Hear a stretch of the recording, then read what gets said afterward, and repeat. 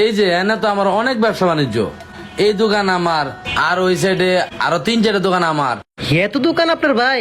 হ আপনি তো সফল ব্যবসায়ী। হ আমরা এই জীবনে পারলাম না ভাই।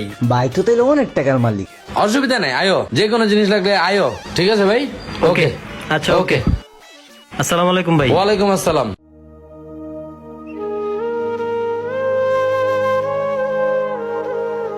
পায়ে ধরে বইছে, এখন যা অবস্থা রাস্তাঘাটে।